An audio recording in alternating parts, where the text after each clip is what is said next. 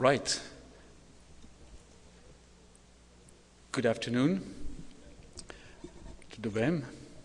Eu sinto muito, pero não falo português. And I'm going to give this presentation in English. So I hope you can follow. I'll try to speak slowly, although I have 200 slides, and I hope we will be here out of this room soon enough, before you're all asleep. So I'm going to talk to you about governance in open source software, and the title says Governance Makes the Difference in Open Source Software Innovation. We talk about innovation because open source software is not only about innovation, but I think that we are now entering a phase where open source is becoming the preferred vehicle for technology innovation in the IT and specifically in software. So I'm going to talk about the context, the way we look at this industry very quickly. Then I will share with you an analysis, a long view analysis, where we identify three stages or three layers in the evolution of open source software since it started 30 years ago. Then we will concentrate on the stage that I think we are in at the moment, which is characterized by collaborative innovation. Then we will share some observation on current collaborative project and open source project. And then we will move into why governance is important, where governance is applied, and how or what are the building blocks of governance. So the context. First of all, we're going to talk about technology innovation. When we use the word innovation, we often use it in the way where we talk about new business models or new innovations, a new company, etc. But new innovations of usage, like the one you see on the right of the screen, is always the result of some upstream innovation in technology. And this is the kind of innovation we're going to talk about. In the context of open source software, it means that we're going to talk in the context of something that is growing fast. We all have our own figures on what the size or the growth rate of the open source market is. And I'm sharing these from a European perspective. But those are the quantitative figures, say, for Europe. But I'd like to match this growth with my three layers that appear. And that's the long view I want to share with you, where we started with one layer, then something else came adding and making the open source environment and the open source industry more complex. And now we have this third layer where we have today the components of what the open source industry is going to be like tomorrow, and where, for instance, you guys will have to invest your own efforts. So let's look at the first layer, the first stage. And this first stage is something that I call free software by developers. And of course, it all started like 30 years ago, almost more than 30 years ago, when Richard Stallman sent that mail saying, hey guys, I'm going to write a new operating system called GNU, it's not Unix, etc., etc. You know that, and the rest is history. And it all started with these four freedoms that defined what we are today. The first one being the right to run the software for whatever we want to do. The second, to read the software. I'm going to go fast here because I know you all know about them by heart, but I like to start all my presentation by reminding them. So the second freedom is to read the software. The third one is to redistribute it, to share it, like you would share a good book or a good cooking recipe with somebody else. And the fourth freedom is the freedom to improve this software and to share some of the modified versions of this software. And these four simple freedoms have had the power to change the software industry. And without them, we wouldn't be here today. So we owe them a lot. And that's what I call here, that's why I call this software by developers. Because these four freedoms, they are there to empower developers, to make them aware, to make them able to control the tools they use, and to make them better. This stage, this layer, gave us some of the best open source projects. The Apache web server, the I mean, you have them there. Even Android is part of this. Debian, in those open source operating systems come from that. Today we have something even recent, which is called like VLC. You probably know that. And I would like to put LibreOffice in this category, a category that is driven and carried out by communities and by developers. But and I forgot. And this stage also gave us all those wonderful licenses that we all struggle to use and that defined the rules of the games in open source software and in the industry. And the open source initiative, who's steering and managing all these licenses, belongs, I would say, to that layer. The second layer is something that appeared towards in the second half of the 90s, which are called open source by entrepreneurs. And here, of course, we had a lot of ironies, like all these people, and still today you hear those conventional managers and people who pretend to know better saying, well, how do you make money with free software? And I'm not in the charity business, I'm not here to play with this and that, thinking that open source is not serious. But open source is not serious, and with that, what happened is that free software, with some special or I don't know, through some dubious circuits, became commercial open source. I know there is a lot of debate between the opposition between open source and free software, but bear with me and let's accept that commercial open source is something that today is to be recognized with.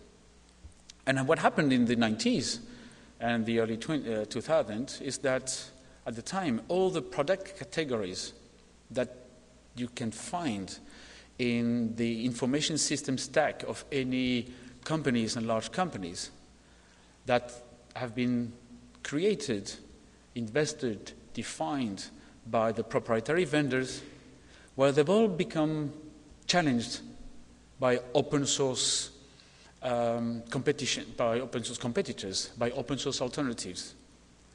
And some of the main companies, because of this competition, have even disappeared. In the early 90s, yes, companies like Vignette, Documentum were the darlings of the stock exchange in enterprise content management, for instance, and they've disappeared. Many companies have had their fate decided by their stockholders saying, okay, now there is the future belongs to open source companies, I want to sell my shares. And this is how Oracle acquired many companies like PeopleSoft, Siebel, etc. Because they were challenged by open source competitors. So that did change the software industry. And it did change the software industry because there is a business model that works. The famous business model that people think about or try to look for, but it's not that difficult. It's based on the trilogy of selling additional products, selling services to support that, and a third one that is probably less obvious, and that I call the insurance business model, selling the subscriptions, accompanying the user along the life cycle, I mean the lifetime of the ownership of this software. And you can agree with me that the insurance business model is not such a bad business model. And that's how I explain that so many companies have thrived. And what happened is that we've had a bonanza of startups, an explosion of startups appearing in the market, redefining the software industry and opening up lots of opportunities for developers like you, lots of opportunities and challenges for users who had to contend with this new offering, sometimes not being very reassured because many of those companies are still small companies. The leader of those is Red Hat. And how many employees in Red Hat? Between 5,000 and 10,000? How many employees in companies like Microsoft, Oracle, IBM, etc.? So this is small, but yet very powerful. And so powerful that even the large companies have had to pay attention. What are all these companies in common? They're all leaders in the industry, global leaders. They are not at all identified with open source software, and yet all these companies have spent millions and millions of dollars investing in open source software, paying people to develop software, paying people full-time to contribute to open source software.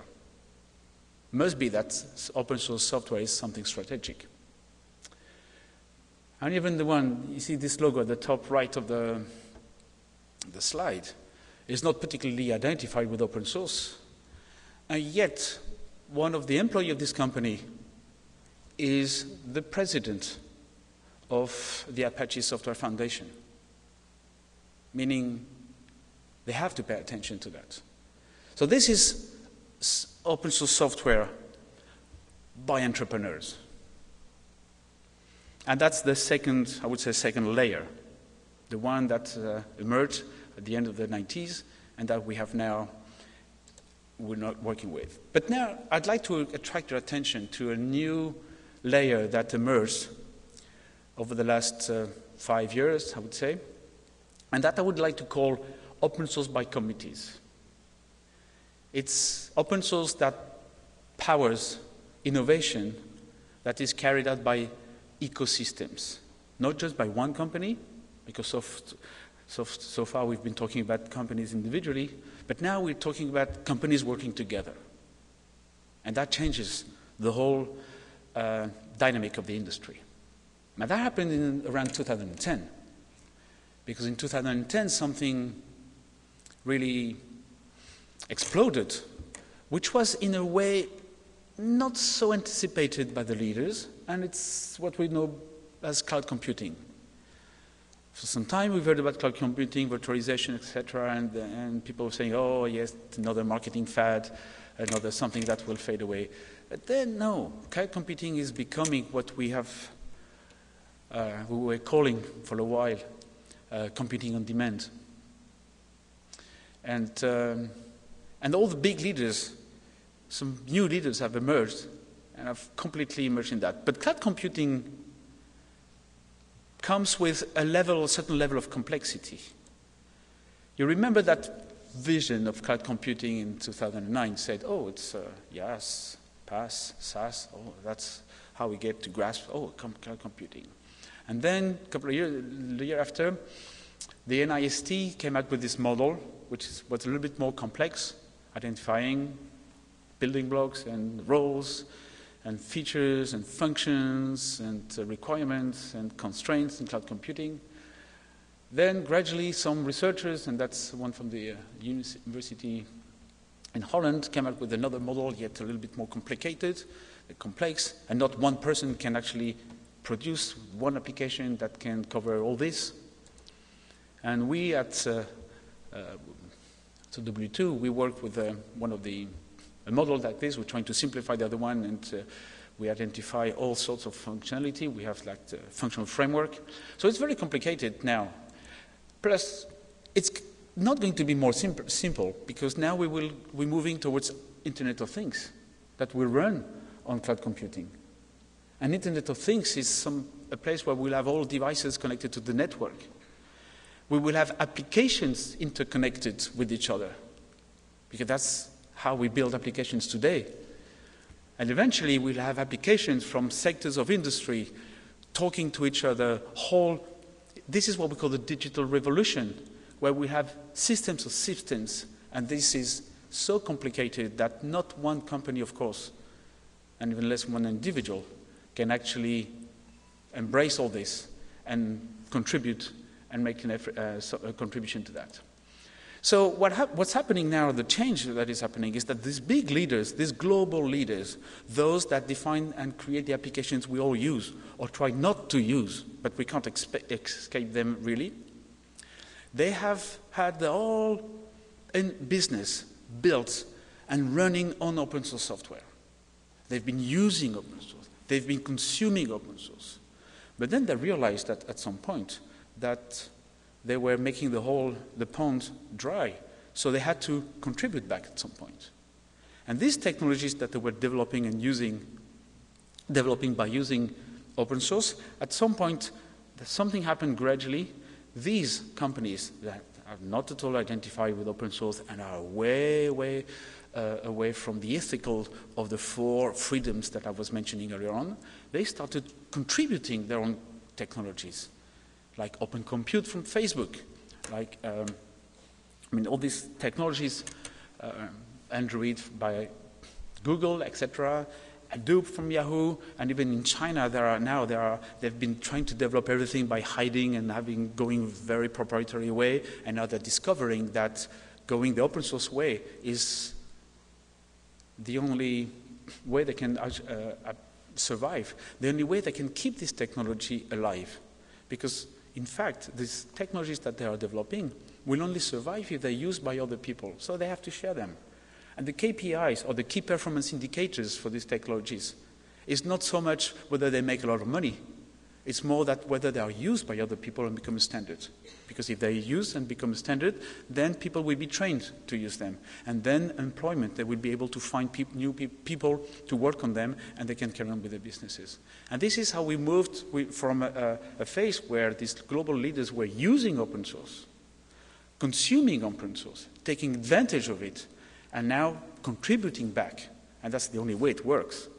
And these guys do that because they have a long-term vision. I mean, they really are the top of the mountain, and they see very far away, and they understand that there is no other way to survive in the future and to be a player in the future. So this is how we now move, having all these technologies that are not developed by one company, but by ecosystems, by several companies, an ecosystem of companies. And that's a new dimension, a new way. And that's what I call open source by committees.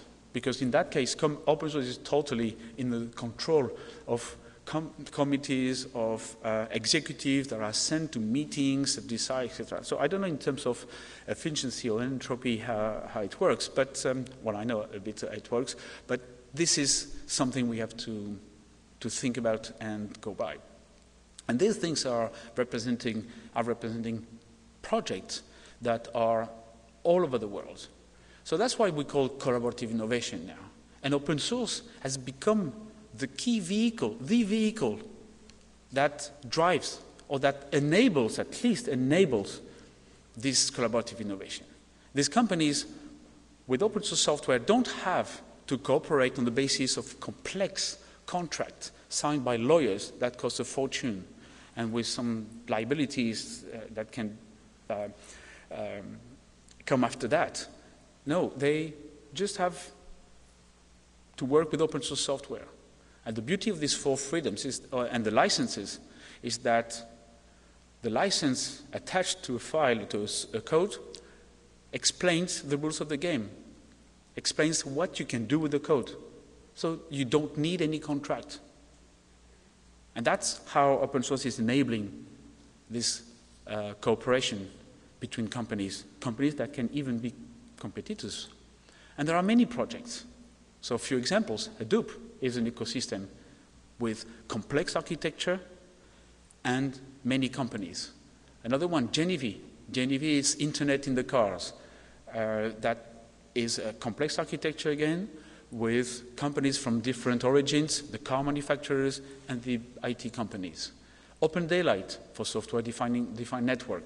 That was a reaction of companies seeing that the new technology was happening, and they really want to try to, they say, hey, let's wake up, let's do something together, let's find the standards. Something happened in the last couple of weeks. I didn't have time to do the slides, but you've all heard of Docker.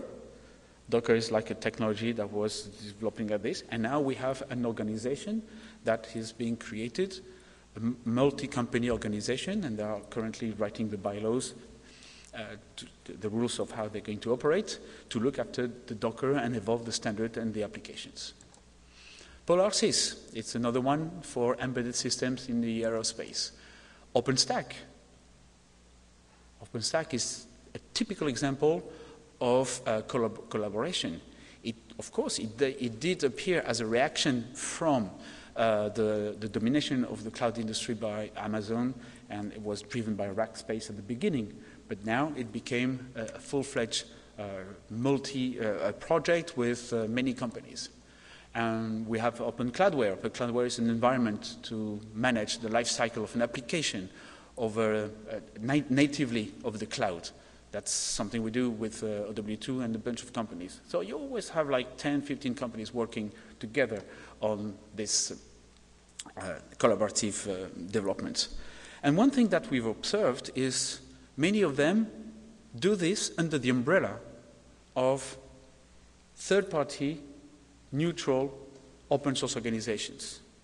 It's not one company that say, hey, let's work, I'm going to decide everything, I'm going to drive everything. No, let's put everything within under the control of an open source organization. A neutral ground where everything will run, where everything will be decided, and where no one will take advantage over the other participants. That's a key observation here. And I have a few observations, more observations about real projects. When you look at these projects now, what you see that, first of all, these big projects don't come up with market-ready solutions. They innovate, they deliver proof of concept, they deliver some code, they deliver some use cases, some demonstrations, but then it's not exactly what the market wants. What mainstream systems integrators and mainstream users want is something that is market-ready, something that comes with a price list, support contracts, proper packaging, proper roadmap, proper existing early adopters that we can know, some contracts, some training programs, etc. A whole set of things that are not code, but that makes this project, this code, acceptable, I would say, comestible by the market. And what the market expects is something that is much more than code, and the gap between this and that is what I call the delivery challenge. It's something that needs to be addressed by project leaders, and to develop all this, you require some sort of organization. Plus, talking about open source software, there are some specifics given what is the size of the community in terms of sustainability, is it long-term, or in terms of critical mass. So if I look at other projects, there's another observation, looking at projects, whether they are market-ready and whether they're big or not. I have this very simple, but it's just to give you an idea of what we can decide or derive from that. I've laid here some projects according to their sizes and my personal estimation of whether they are ready for market or not. And when you look at what characterizes them is that those that are not ready for market have very weak community support and very weak corporate support. There are no companies there. And those that are ready, you see that they are they're supported by the community. They are there are companies that have invested resources behind there, and they therefore, are able to deliver industry-grade distributions. So that makes me think of a couple of things that we would need to take into consideration. The first one is that code is only a fraction of the software value chain that delivers market-ready offerings. You need packaging, etc., etc. I've covered this already. The second observation is that successful open source projects are indeed supported by IT companies. I did mention LibreOffice as one of those examples of a project being driven by developers. But in fact, the bulk of the software is provided by 6 companies, by developers being paid by 6 companies. So a software that has no corporate support has very little chance to succeed.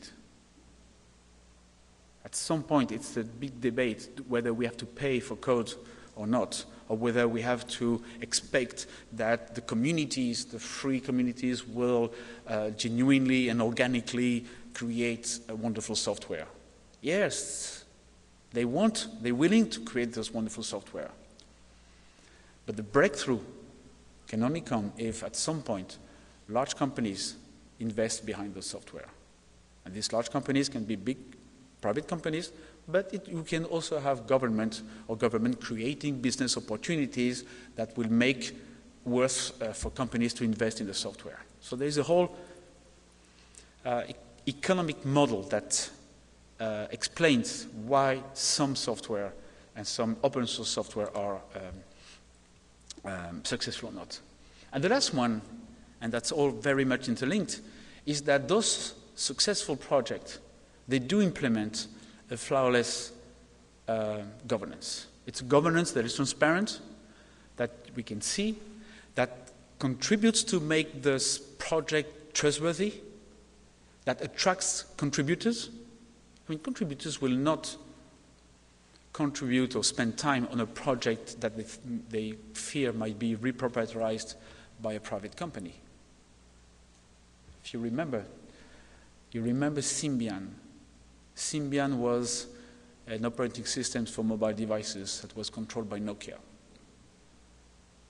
And for some reason, Nokia had a change in strategy, and Symbian, which was an open source operating system, was reproprietarized and just disappeared from our radar. Because private companies can change strategies. And these are the things that we have to look at. So an open source governance is something that maintains the independence of the project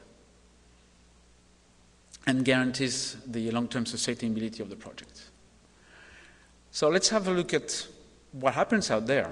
I've given you some examples of big collaborative projects, and now we have the governance by the communities. And if you go to the websites of those communities, you will see that each of them has a page where they identify what is their governance.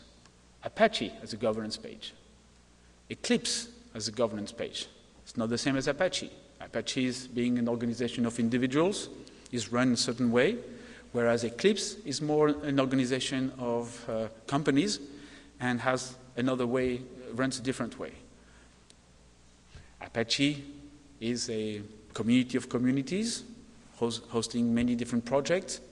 Eclipse organizes different projects around one platform, the Eclipse platform, and their plugin architecture. Therefore, the conditions being different, the governance is a little bit different. But it exists, and it's very important because it helps them each year, year after year, progress and maintain what they're offering. OpenStack is a case that is interesting. OpenStack started as a project driven by a company called Rackspace. And as the project grew and attracted more and more interest, There's been discussions, and I remember being part of, in some of the OpenStack Summit of these discussions, where they said, okay, well, now we're growing. If we want to spend money, we need to have a foundation. The word foundation. And then what happened is that OpenStack, being big enough, they've managed to create their own foundation. Just like LibreOffice. LibreOffice is big enough, and they've created their own foundation. So it's a case where a project is identified with its own foundation. In the case of LibreOffice, the foundation also organizes how the project is evolves, the roadmap, runs the releases, same case for OpenStack, and also the foundation is specifically there to protect the IP and to protect the rights of the project. Linux Foundation is another case that is interesting. They have their own governance, of course, because they look after the Linux operating systems, but they are the open source organization that serves as a home for other projects. Xen, you know Xen. Xen is a project that is in fact supported by, owned, you can say by Citrix. Citrix being a private company. But you remember what I said about Nokia and Symbian. So Citrix, to avoid that fate or to create trust, had a very good idea to move Citrix within the umbrella and the governance of the Linux Foundation. And Citrix has become a collaborative project inside the Linux Foundation with its own governance page. Same thing for Open Daylight. Open Daylight is a whole organization, a foundation, if you like, or sub-foundation or pseudo-foundation that is being created inside the Linux Foundation. I've mentioned Docker, and I forget the name of the organization, maybe it's Open Docker or something like that. And this is being created the same way, inside the Linux Foundation. So there is like a hierarchy of governance of rules, and they can, by doing this, avoid to reinvent the wheel, benefit from the experience of the Linux Foundation, and by working together, they create the critical mass that will make them credible on the market. It takes some time, but that's how the governance is really helping projects grow, exist, and being big, real players on the market. And of course, at W2, we have our own governance. We are also a community of communities. We host 100 projects, and each project has its own governance, and we have our own our way to make decisions. So what is, when I talk about governance, what is it? What do we have in mind? So I want to finish by sharing with you some components, elements, building blocks of governance. And there are things that if you are a project leader or in an association, things that are very important. First of all, anybody can create an open source project. Anybody. There are nearly 6 million of those projects on GitHub, hundreds of thousands on SourceForge. OpenHub identifies close to 700,000. So an open source project is really nothing. It's not something that will magically grow because you put it on open source somewhere and suddenly 2,000 developers will fight to have the privilege to contribute to your software. That doesn't exist like that. You have to give some guarantees. And this is why I'm not really happy when I hear people saying, oh, it's open source. Yes, it's on GitHub. Yes, but there is a big difference, especially when you look at the numbers, between those projects that are on the repositories and those projects that are co-opted, hosted, managed, supported by open source organizations, such as the Eclipse. You see, Eclipse has 400 projects, Apache 250, and yet they've grown up recently because they've opened up. Compared to the figures you see above, it's nothing. At W2, we have 100. OpenStack, 20. And why? And because it's much more selective. But that gives the project some credibility. Another point I'd like to highlight here is that having an open source license is not proof of having governance. Again, when I hear, oh yes, it's on GitHub, oh, and it's under APL, BSD, GPL. Yes, but of course, a license is what? It's the legal framework that tells you what you can do or not with a project. The governance is something else. So what a project with no governance looks like is what that's messy illustration you see at the top. No license, no governance.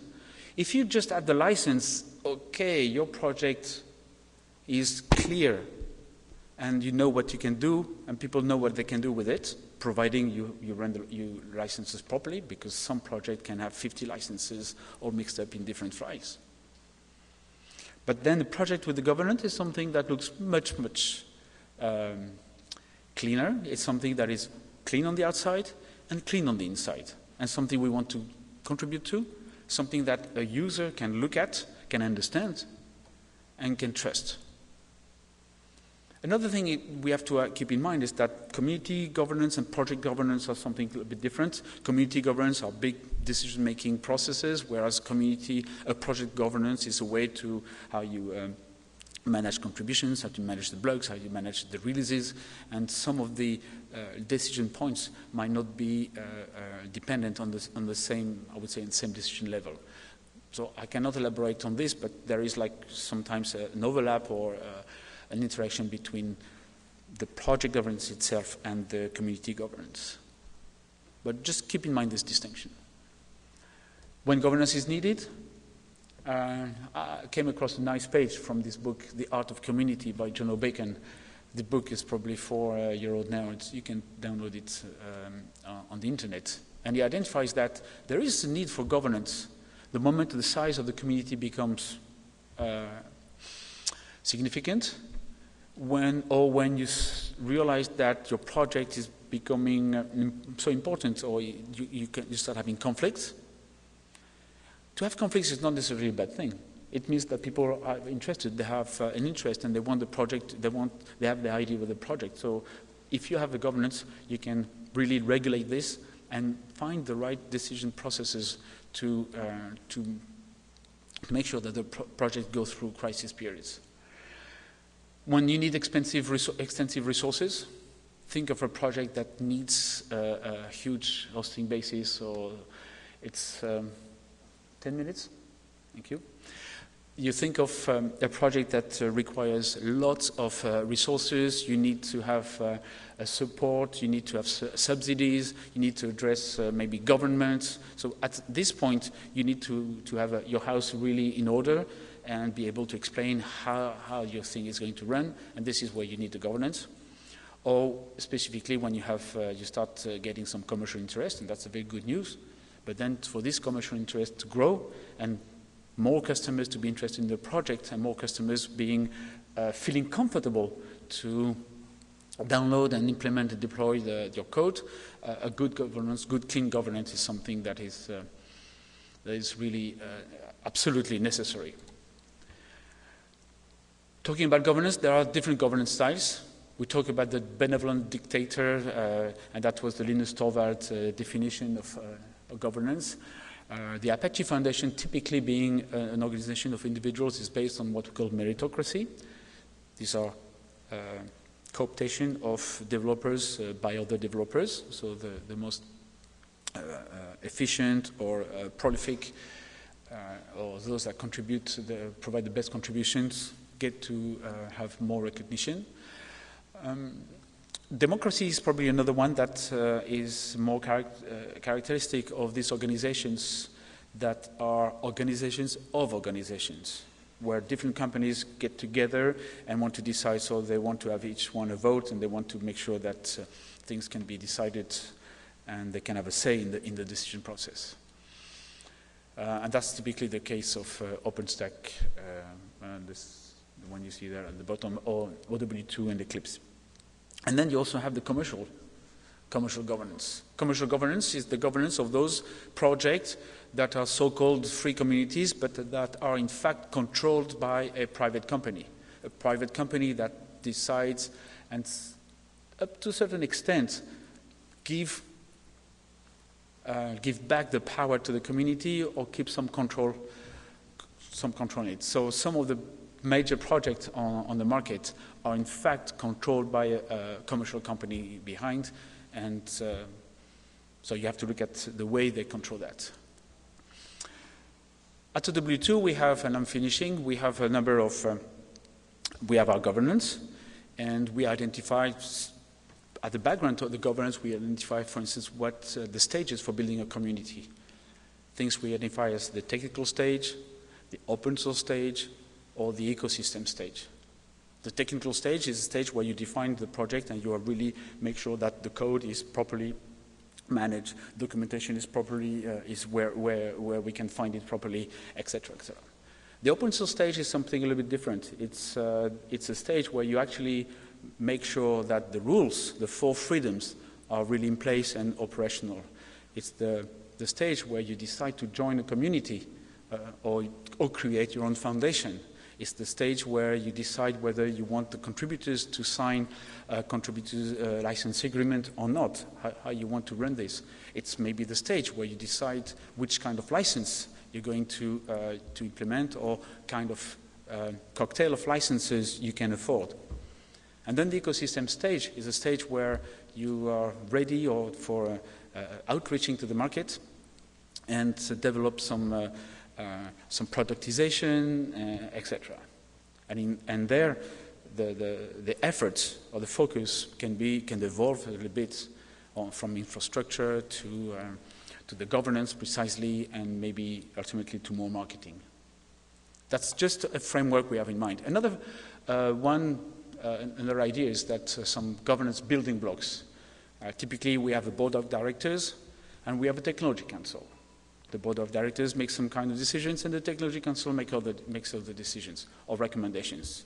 And in fact, we've decided that the technology council does not make decisions.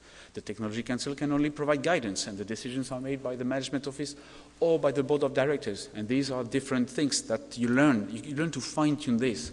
You cannot create an open source foundation just from scratch like that. There are lots of recipes, in fact, that you learn, things you learn, or traps you learn as you go. The learning curve is quite long.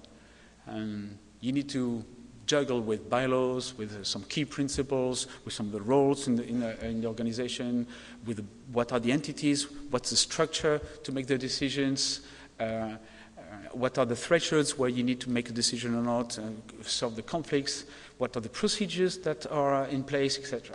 So this is a lot of things that are needed, but these are the nuts and bolts of running a community, and it's something that cannot really be improvised. And that's why most of the communities are run by professional people that are employed full-time. Another framework we have in mind is for IP and licensing. We understand that we develop some code that can run on an execution platform, that can use some tools, and that can enable some applications. So what's the scope of our licensing thinking? Do we expect that the code runs only on open source platforms or software, or we can only use open source tools, etc.? Sometimes you need to find that. So that's what we call the technical licensing framework. And another shopping list here are the project management best practices. That's something we are developing in the framework of a project that we are presenting on the booth here, which is the AppHub project. It's a marketplace we are defining, and we have, in part of our governance, we are defining that only those projects that implement the best practices that we are listing here will make it to the marketplace.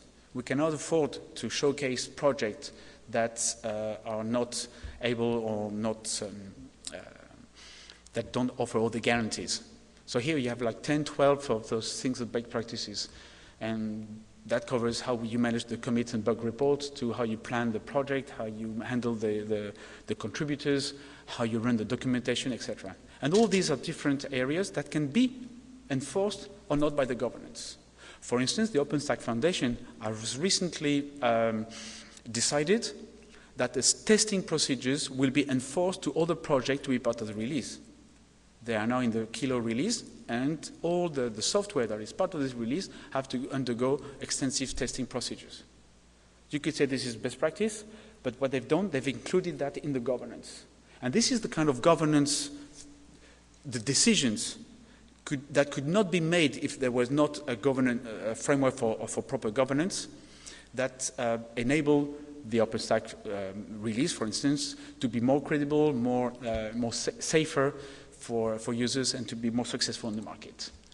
So to finish, what we said, that governance is something that helps project succeed, and it covers the technical, the legal, community management, and we can say best practices in general. So we think that a proper governance is the best way to improve the market readiness of a project, to make the project easy to contribute to make the project more trustworthy, and the community more sustainable. So this is down to finish on why governance makes the difference. It's because open source today is a driver of open source organizations. We recognize that a repository is not a community. A license is not governance. And again, the key sentence here is that governance helps projects grow by making them easy to contribute to. Thank you.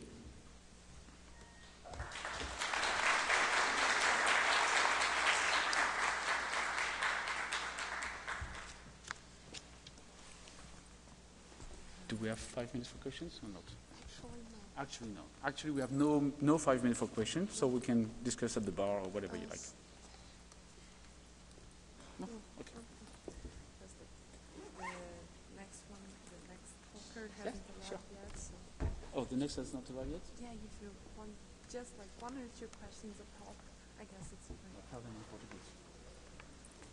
Gente. O próximo palestrante não chegou, então se vocês tivessem 1 ou 2 perguntas muito rápidas, eu acho que ele acabou de chegar. Perdão. Are you the next speaker? So you were right. So he's all right. So